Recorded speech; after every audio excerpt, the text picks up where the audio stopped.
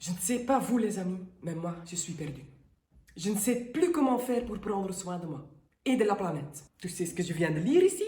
Qu'on pollue autant quand on va sur son smartphone que quand on prend l'avion. Tu t'imagines?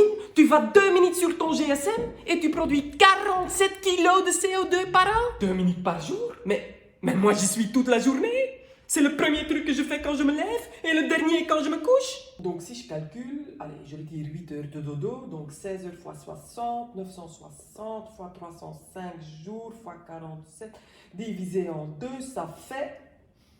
Oh putain! Et là, j'ai pas encore compté quand j'ai des insomnies, hein, les gars! Parce que oui, j'avoue, là, je check aussi! Putain! T'imagines? On est tous coincés chez soi depuis perpète. On se console en se disant qu'au moins c'est bon pour la planète. Mais que dalle! On fait péter tous les records carbone depuis l'aube de l'humanité. Bêtement, en zoomant, whatsappant, vidéocollant. Bon, mais je comprends quand même pas. C'est quoi le lien alors, en fait, entre le CO2 et les smartphones? En fait, c'est tout simple, les amis. Les smartphones, ils ont besoin d'énormément d'énergie pour fonctionner. Je t'explique. Chaque fois que tu postes un truc sur les réseaux sociaux, que tu envoies un WhatsApp, que tu regardes une vidéo, oui, comme celle-ci par exemple, tu crois que ça se passe comme ça, out of the blue, as an act of magic? Bien sûr que non! Internet, c'est comme un virus. Tu ne le vois pas, mais il y a de la matière là derrière. Des grands bâtiments industriels, plein de méga-ordinateurs. Ah bah oui, ce sont eux qui font le beau temps sur le web. Ils forment les clouds et ils rendent dispo les données digitales du monde entier. Où que tu sois sur la planète, hop, en un seul clic, jour et nuit. Donc en gros, t'imagines que tu habites en Belgique. Tu surfes sur un site, il est peut-être hébergé à Outsiplou les bains de pied. Eh ben on s'en fout, parce qu'en une seconde, grâce au méga PC de Outsiplou, eh ben le site s'ouvre, hocus pocus paf, sur ton téléphone belge. Que tu sois chez toi ou à Ibiza.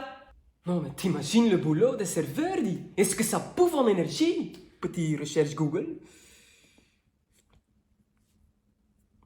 Eh ben, je lis ici que l'économie digitale produit 3,7% de l'émission mondiale de carbone. Putain, mais c'est autant que les avions. Et ils disent aussi que écouter de la musique en streaming pollue plus que produire des vinyles. On est foutu. Bon, re-Google. Écoute ça. Sans carbone, il n'y a pas de vie sur Terre ni de matière. Il fabrique notre corps, dit. Celui des plantes et celui des animaux. Et en plus, avec l'oxygène, il forme le CO2. Et le CO2, ah bah oui, c'est le thermostat de la planète. Tu le mets au minimum, c'est l'air glaciaire. Tu le mets au max, et c'est l'enfer. Avant, hein, quand on vivait encore en mode zéro déchet, donc, oui, avant la révolution industrielle, le thermostat, il était nickel. Ni trop chaud, ni trop froid. Tout le CO2 dans l'air était top recyclé. Completely reused. Donc, si je comprends bien, c'est pas le CO2 le souci, mais le surplus de CO2 que nous les humains on produit. On fout le bordel depuis qu'on déstocke en masse les dinos.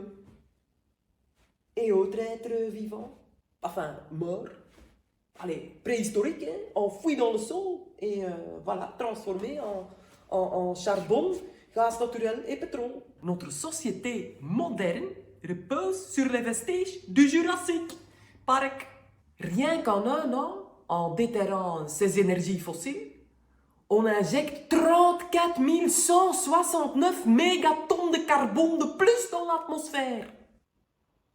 Dis, on passerait pas à autre chose, les gars? Et si on laissait enfin la dino mort reposer en paix?